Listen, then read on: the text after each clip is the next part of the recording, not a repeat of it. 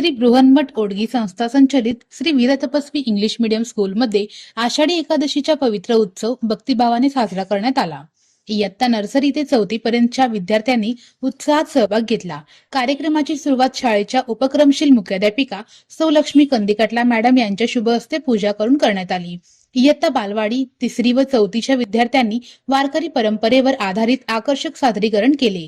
विद्यार्थ्यांनी संत तुकाराम, संत नामदेव, संत ज्ञानेश्वर व विठ्ठल रुक्मिणी इत्यादी वेशभूषा साकारून सर्वांची मने जिंकली।